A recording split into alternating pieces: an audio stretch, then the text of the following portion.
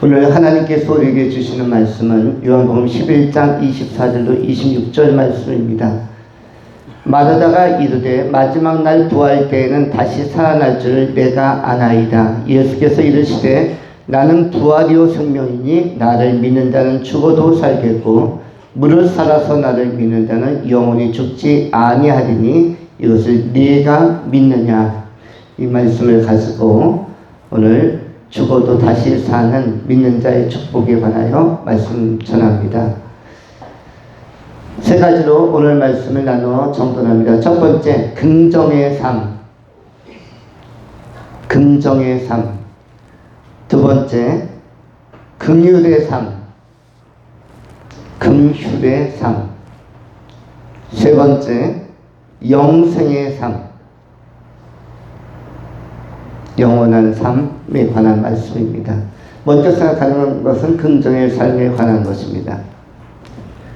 오늘 본문 말씀에 마르다의 질문에 관하여 예수님께서 이렇게 말씀합니다. 25절 예수께서 이르시되 나는 부활이요 생명이니 나를 믿는 자는 죽어도 살겠고 죽어도 살겠고 죽어도 산다라는 것은 대단한 역설이라고 할 수가 있습니다. 죽음이라는 것은 모든 만물의 생명의 종식이요 종교이라고 볼 수 있는데 죽었는데 산다라는 것은 파격적인 개념이라고 할 수가 있습니다. 이것은 보통 긍정적이지 않으면 죽었는데 산다라는 말을 할 수가 없는 것입니다.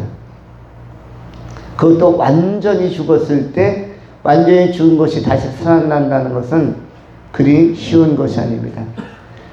지금은 잘 활용하지 않지만 옛날에는 연탄을 많이 뗐습니다. 연탄이 밤새 동안 빨갛게 아궁이를 덮이고 나면 다 타고 나면 하얀 재가 되는데 그 하얀 재는 아무리 다시 태우려고 해도 다시 타지는 않습니다. 죽었는데 부활을 안 해요. 불꽃이 일어나지 않습니다.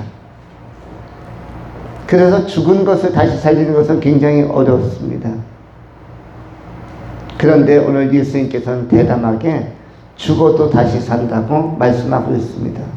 그런 의미에서 기독교 신앙은 굉장히 긍정적인 신앙이요. 기독교 신학은 긍정의 신학이라고 할 수가 있습니다.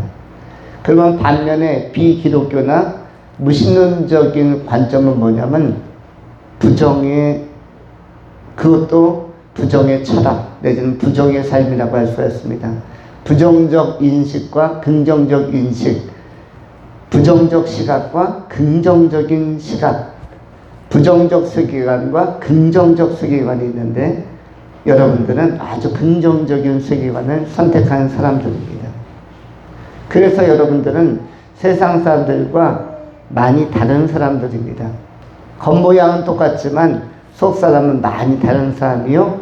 긍정의 세계 천국 하나님의 나라를 지향하고 목적하면서 끊임없이 추구하고 나아가는 한 걸음 한 걸음 나가는 분들이라고 할 수가 있습니다. 하나님께서는 예수 믿는 사람들에게 부활을 약속하셨습니다. 이것은 죽음이 끝이 아니라는 것을 의미하며 예수를 믿는 사람들은 죽어도 다시 살기 때문에 절망할 수가 없습니다. 예수 믿는 사람들이 지상을 살면서 힘들 수는 있습니다. 고난도 있을 수 있습니다.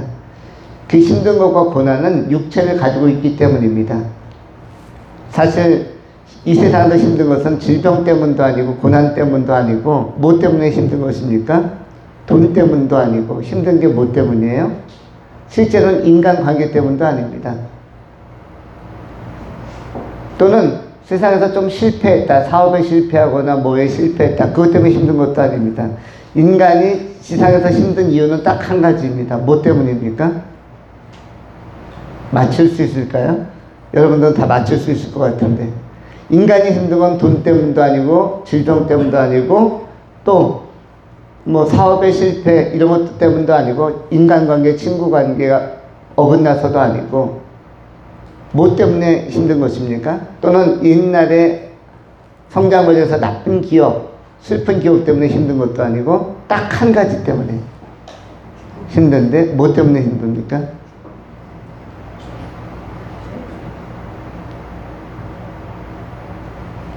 이걸 마치면은 이 설교를 여기서 마치고 기도로 들어가고, 이걸 못 맞추면 마칠 때까지 계속 설교를 하는데 점심시간을 넘길 수도 있습니다. 제가 점심시간 넘겨서 설교할 수 있는 힘이 있다는 것을 여러분이 아실 겁니다. 뭐냐면, 뭐 때문에 고통받는 거냐면, 질병이나 또는 어떤 세상적인 상처 이런 것 때문이 아닙니다. 성공 실패 때문도 아니고 돈 때문도 아닙니다. 인간이 힘든 게 뭐 때문인지 아시나요?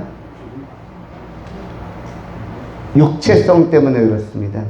인간이 육체를 입고 있기 때문에 힘든 겁니다. 만약에 천사처럼 육체를 가지고 있지 않고 부활체를 가지고 있거나 영적 존재라면은 그 지금 이야기한 고통, 질병, 돈, 인간관계로부터 다 벗어납니다. 뭘 가지고 있으면은 육체성을 벗어나면. 근데 인간은 놀랍게도 하나님께서 우리를 흙으로, 육으로 만드셨기 때문에 육체의 제한성 때문에 거기에서 고통이 오는 것입니다. 육체 때문에. 그래서 육체를 극복하는 시점이 오는데 그것이 무엇이죠? 죽음을 통해서 부활에 이르는 것. 부활이야말로 육체를 벗어나는 신령한 몸으로 변화되는 결정적 사건이기 때문에, 그래서 모든 인간의 해결점은 부활에 참여하는 것입니다. 부활의 시간을 맞이하는 것입니다.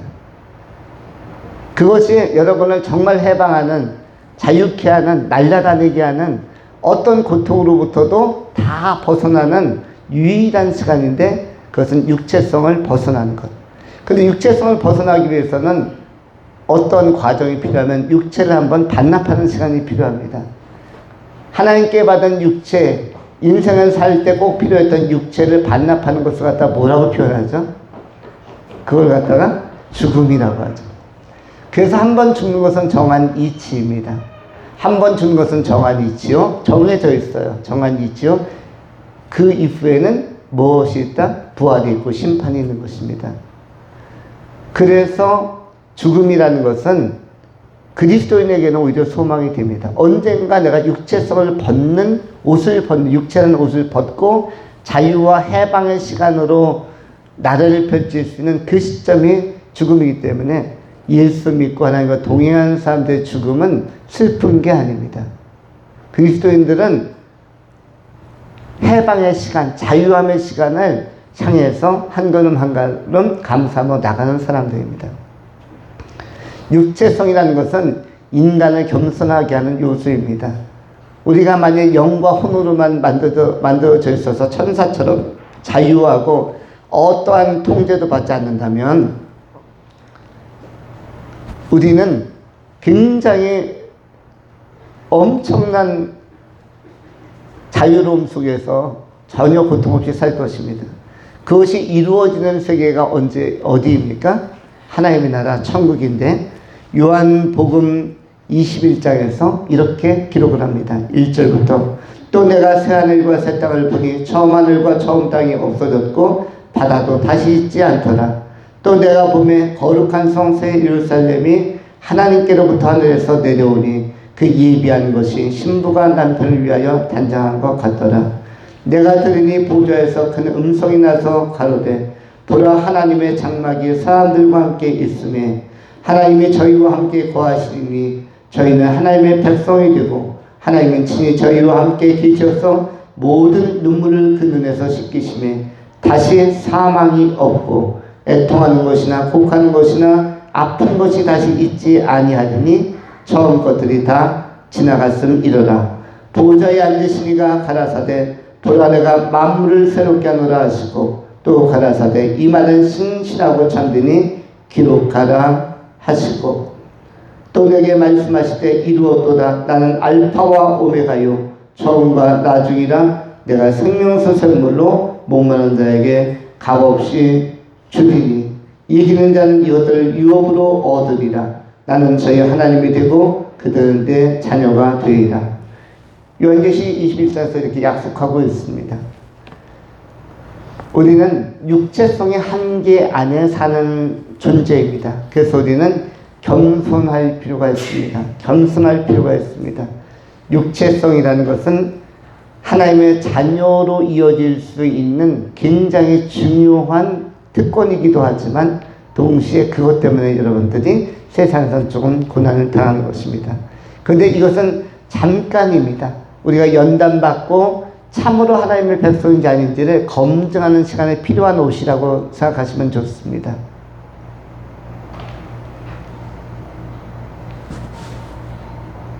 그래서 이 옷을 벗고 아주 신령한 몸을 덧입는 것을 부활이라고 하는 것입니다.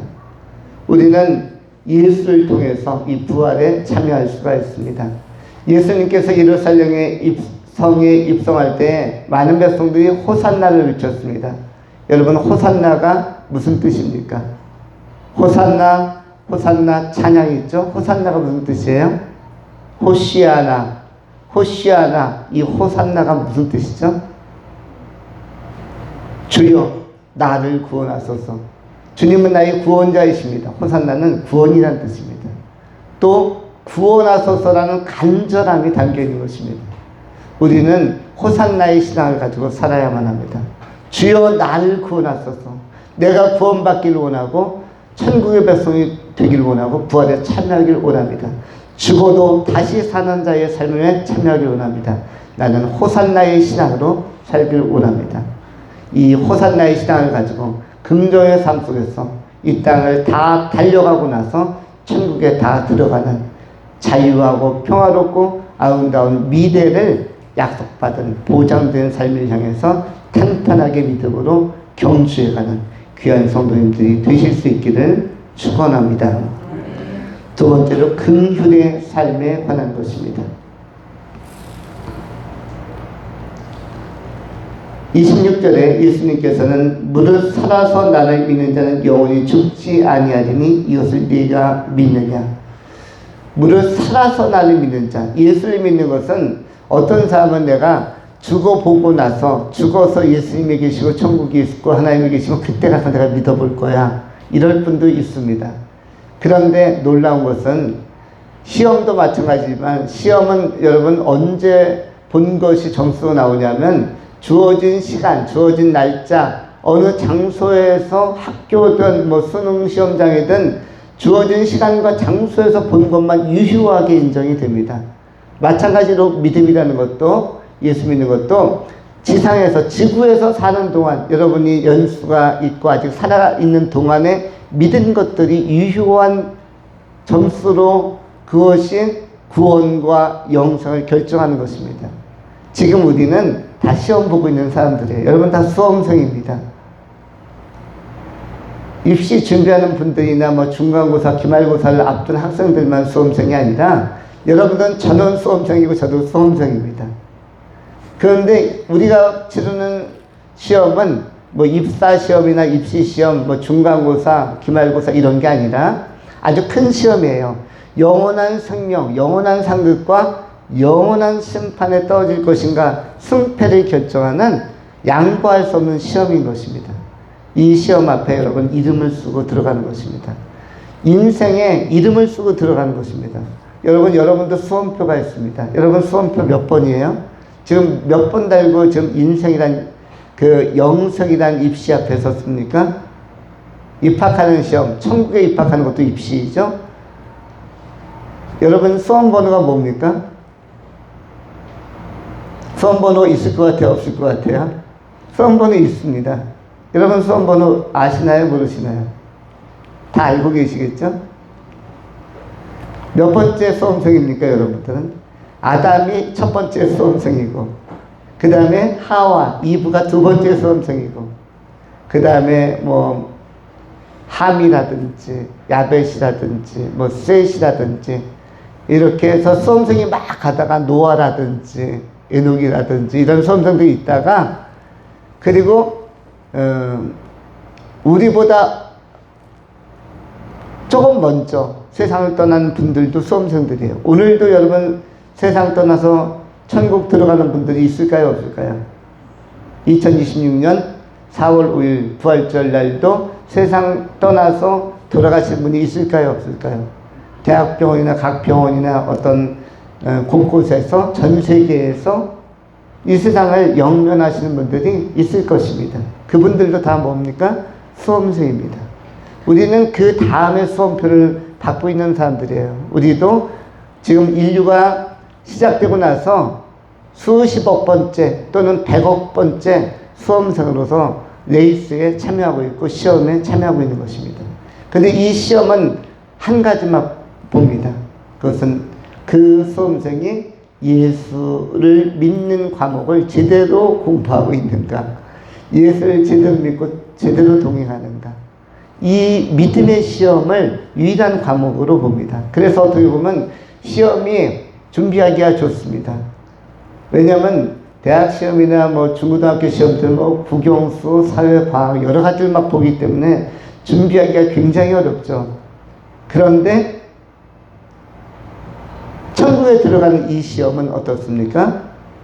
믿음 한 과목만 잘 준비하면 되니까 어떻게 보면 다 합격이 가능한 시험입니다.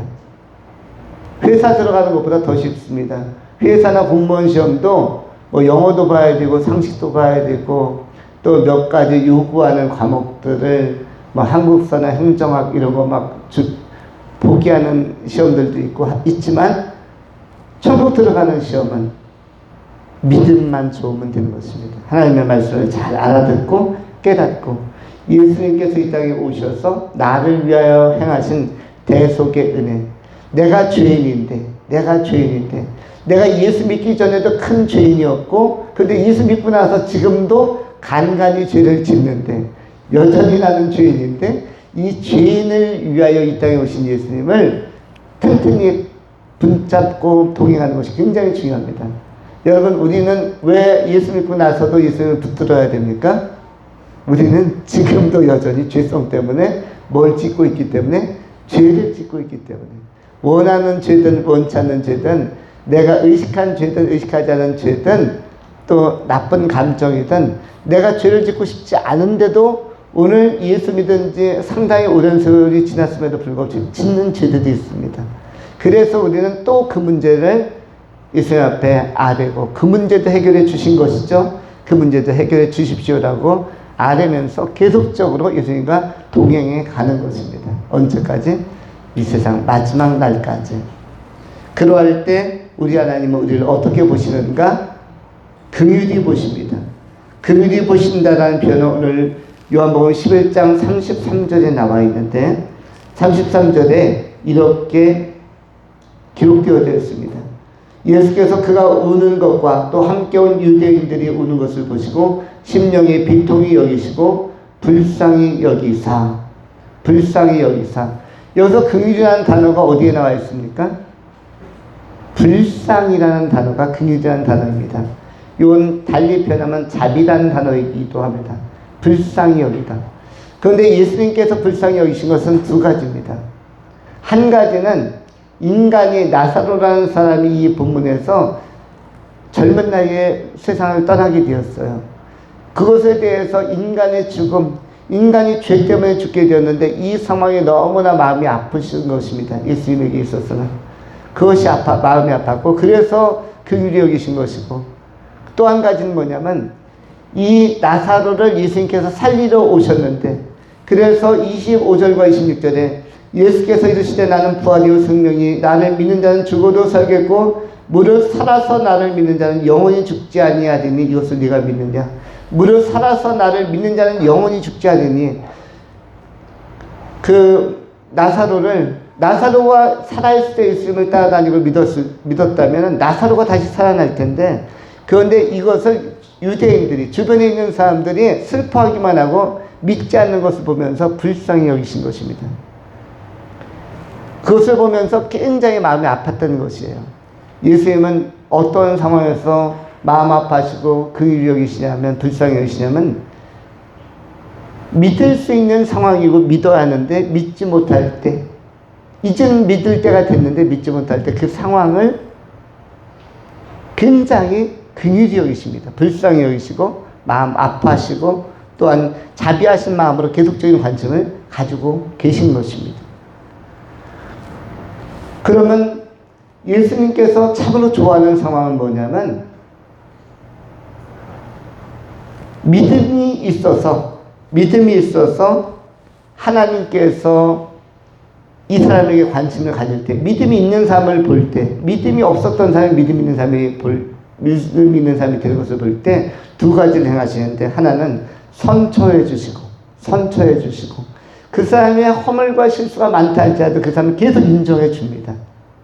믿음이 있으면 그 사람이 부족한 부분, 과실, 또 여러 가지 실수, 또 여러 허물이 있다 할지라도 그 하나도 따지지 않습니다. 따지지 않고, 그리고 그걸 뭐만 한다? 선처해 주십니다. 다 이해해 주신다는 것입니다. 그것이 바로 긍휼이고요. 다 이해해 주시는 것이야말로 긍휼의 가장 대표적인 모습입니다. 그리고 또한 뭐다? 선대해 주십니다. 선대는 무엇입니까? 선하게 대우하고 대접해 주시다. 꾸짖지 않는다는 것입니다. 믿음을 가졌다는 것은 그래서 특권이기도 합니다. 선처의 특권과 선대의 특권을 경험할 수 있고 그 혜택을 누릴 수 있는 것이 믿음 있는 자의 축복이요 복이라고 할 수가 있습니다. 여러분들은 다 복 있는 사람이요 또 빛의 자녀들입니다. 요한복음 12장 36절에서는 우리의 성도들에 대하여, 예수 믿는 사람들에 대하여 이렇게 기록을 합니다. 너희에게 아직 빛이 있을 동안에 빛을 믿으라. 그리하면 빛의 자녀가 되리라. 빛의 아들이 되리라. 빛의 딸이 되리라. 아직 빛이 있을 동안에 빛을 믿으라. 아직 구원의 기회가 있고 인생의 기회가 있고 살아있는 동안에 빛 대신 예수님을 영접하라고 말씀합니다. 빛의 아들, 빛의 자녀는 피오이 포토스라고 표현합니다. 헬라어로 피오이 포토스 하면 빛의 자녀, 빛의 아들. 아직 빛 가운데 있을 때 빛을 믿고, 그럴 때 빛 대신 예수님을 영접할 때, 영접하는 자, 그 이름을 믿는 자들에게 하나님의 자녀 되는 권세, 아들 되는 권세, 딸 되는 권세를 주셨다고 말씀하고 있습니다. 지금 우리가 살아있다는 것은 기회요 은총입니다. 살아있는 동안 예수님을 온전히 영접하시고 부활하신 예수님과 동행하는 행복자들, 빛의 자녀들이 다 되실 수 있기를 축원합니다. 마지막 세 번째로 영생의 삶에 관한 말씀입니다. 오늘 요한복음 11장 26절, 무릇 살아서 나를 믿는 자는 영원히 죽지 아니하리니 이것을 네가 믿느냐. 영원히 죽지 않는다. 이것은 굉장히 복된 일입니다. 여러분은 몇 세까지 자신의 삶을 살길 원하십니까? 오늘 장로님과 대화를 나눠보니까 1차 목표는 달성했는데 2차 목표를 뭘로 설정해야 될지 고민 중이다. 1차 목표를 90으로 잡으셨대요. 그래서 80대에는 90을 돌파해야지, 90까지는 꼭 살아야지 하고 되게 몸 관리하고, 고기 있으면 난 한 점도 안 남긴다. 2접시도 좋다. 그리고 나는 자가용 살 수도 있고 운전할 수 있지만 난 걷는다. 왜냐? 근력을 키워서 걷는 것만큼 장수의 비결은 없다. 구약 성경에 나온 막 몇백 년씩 살았던 믿음의 조상들도 다 걸어 다녔던 사람이지 자가용 타고 다니는 사람 하나도 없더라. 무드셀라든 에녹이든 다 오랫동안 살았는데, 노아든 아브라함든 다 도구로 걸어 다녔다. 그래서 걷는 것이 장수의 비결이다. 그래서 지금까지도 많이 걸으시면서, 근데 90세를 넘어서니까 목표를 달성했습니다. 그 다음 목표를 뭘로 잡을까를 상당히 고심하는 것 같아요. 95세? 이건 좀 아쉽고. 100세? 그것이 괜찮을 것 같은데, 그래도 100을 넘어보는 건 어떨까? 우리 교회 안병희 집사님도 100세까지 사셨는데, 그 기록을 한번 깨보는 건 어떨까? 105세? 이러다 보니까, 이제 남은 시간들이 또 한편은 또 기대가 되는 것입니다. 두렵고 떨리지만 또 기대가 되는 것이죠. 우리도 각 개인마다 각자의 추정치나 기대치가 있을 수도 있습니다. 물론 내일이든 난 몰라요. 하루하루 사는 것이 좋은 자세이기도 합니다. 그러나 참으로 중요한 것은 언젠가는 우리가 다 어디로 갑니까? 영원한 생명으로 가고, 또 우리가 1년이라도 하루라도 더 살고자 하는 소망들이 있습니다. 특별히 어디에 가면 이 한 달도 중요하고 두 달도 중요하고 소중하고 이러한 것을 목표치를 볼 수 있냐면 병원에서 입원하고 계신 분들, 그것도 장기 입원하고 있는 분들은 지금 그들에게 한 달, 두 달은 굉장히 중요합니다. 1년, 2년 굉장히 중요합니다. 1년, 2년도 중요한데 그렇다면 영원한 생명은 생명의 삶은 얼마나 소중하겠습니까? 성경은 끊임없이 영원한 생명, 영생을 말씀하고 있습니다. 우리는 영원한 생명에 초대받은 존재요. 예수님께서는 우리에게 영원한 생명에 대하여 이렇게 말씀합니다. 요한복음 3장 16절에 하나님이 세상을 이처럼 사랑하사 독생자를 주셨으니 이는 그를 믿는 자마다 멸망하지 않고 영생을 얻게 하려 하십니다. 독생자 예수를 이 땅에 보내신 것은 영원한 생명을 살게 하시기 위하여 보내셨다고 말씀합니다. 단순히 우리를 위로하려고 보내신 게 아니라 단순히 우리에게 좋은 것, 도덕적인 정보를 알려주려고 한 것이 아니라 그런 것이 아니라 영원한 생명을 주기 위하여 생명의 전달자, 제공자, 수여자로서 예수님은 이 땅에 보내시고 십자가에 못 박혀서 피 흘리게 하시고 우리의 죄를 다 대속하게 하시고 우리에게 영생을 주기 위하여 이 땅에 보내셨다라고 분명한 목적을 밝히고 있습니다. 또한 요한복음 17장 3절에서는 영생은 곧 유일하신 참 하나님과 그가 보내신 자 예수 그리스도를 아는 것이라고 말씀하고 있습니다. 예수를 믿을 뿐만 아니라 예수를 알아가는 것. 예배가 어떤 시간입니까? 예수를 알아가는 시간입니다. 예수를 알아가는 시간, 사귐의 시간. 여러분, 어떤 사람과 사귈 때 젊은이들이 어떤 사람을 소개팅으로 만났든 미팅으로 만났든 아니면 중매로 만났든 만나게 되면 만난 걸로 다 아는 겁니까? 한번 만나서 차 한잔 홀짝홀짝 마시고 다 알았어요?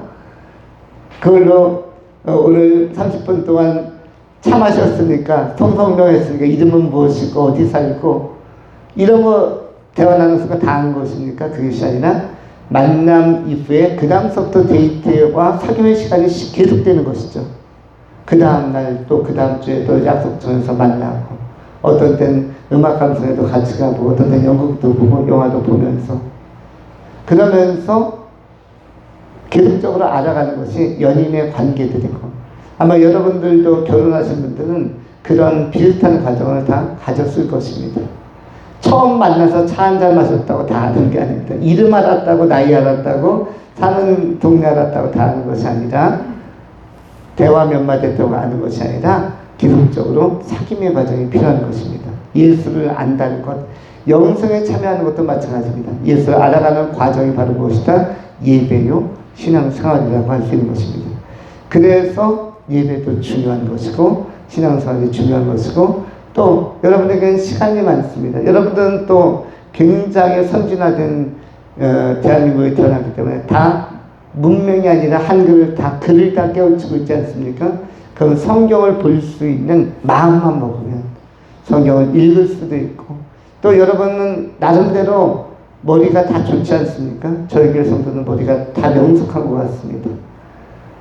그리고 아직 뭐 치매인 분도 한 명도 없어요. 다 명석하고 총명하고 그러면 중요한 말씀을 암송할 수도 있습니다. 조금 전에 얘기했던 요한복음 17장 3절 영생은 참 하나님과 그의 보내신 자 예수 그리스도를 안 것이니이다. 이거는 암송에서 머리에 탁 집어넣고 요한복음 3장 16절 하나님이 세상을 이처럼 사랑하사 독생자를 주셨으니 이는 저를 믿는 자마다 예수를 믿는 자마다 멸망하지 않고 영생을 얻게 하려 하십니다. 이런 말씀을 머리에 탁탁 집어넣는다면 그 말씀이 여러분에게는 자산이 되고 양식이 되고 능력이 되고 권세가 됩니다. 자본이 되는 것입니다. 여러분이 어디에 가든 빈들에 가든 황량한 곳에 가든 홀로 있든 관계없이 여러분을 지켜주는 든든한 말씀, 위로하는 말씀, 격려하는 말씀, 여러분의 믿음을 끌어올리는 말씀, 여러분의 믿음을 계속적으로 고양시키는 동력이 되는 큰 자원으로서 기능하고 작용하는 것입니다. 여러분이 어디 낯선 곳을 갈 때도 용돈을 좀 넉넉히 가져가면 신용카드 가져가면은 별로 두렵지 않은 것처럼 교통카드나 이런 거 다 가져가면은 든든한 것처럼 여러분이 영적 인생의 여행에도 믿음이란 자산, 말씀이란 자산이 꼭 필요한 것입니다. 그러면서 가장 큰 권능의 하나님, 권능의 주님과 기도를 통해서 매일 대화를 나누는 것도 중요합니다. 여러분, 가족 간의 대화도 중요하다고 이야기하죠. 그리고 동료들과의 대화도 중요합니다. 오늘날 대화를 나눌 상대가 있다는 것만 해도 행복한 것입니다. 행복자입니다. 그런데 그 가운데도 귀하신 분과의 대화, 바로 우리 하나님과의 대화, 성령과의 대화, 예수님과의 대화를 나눌 수 있다면 이것은 굉장히 멋있고 힘이 있는 것인데, 그 방식이 바로 무엇이다? 바로 기도라는 것입니다. 기도는 짧아도 됩니다. 20초 기도도 좋고 30초도 좋고 한 문장도 괜찮고 한 단어도 괜찮습니다. 그냥 호산나, 주님 제발 나를 구원하소서, 호산나. 내가 기도할 시간이 너무 없으면 여러분은 뭘 외쳐야 됩니까? 호산나. 호산나 자체가 기도예요. 무슨 기도입니까? 주여 제발 나를 구원하소서, 주여 나를 구출하소서, 나를 영원한 생명에 참여시켜 주소서, 호산나. 여러분, 호산나 기도는 할 수 있지 않겠습니까? 이건 꼭 기억하셔서 매일 하루에 한 번씩 뭘 외쳐야겠다? 호산나를 외쳐야겠다. 내가 힘있게 외쳐도 좋고, 또는 조용히 마음속으로 호산나를 떠올려도 좋고, 아침에 의식이 깨고 이제 아침에 밝아오면 호산나를 먼저 조용히 외치시면 그것보다 더 멋진 시작은 없는 것입니다. 주여 나를 구원하소서. 이렇게 아침을 시작한다면 행복한 하루, 행복한 여정, 행복한 인생이 될 것입니다. 부활의 봄을 맞아서 이 부활의 호산나의 영성 속에서 여러분의 삶이 더 아름답게 꽃 피워지고 좋은 결실을 맺어갈 수 있기를 축원합니다. 기도하겠습니다. 할렐루야. 존귀하시며 거룩하신 하나님, 호산나의 예수님을 찬양합니다. 우리를 구원하시기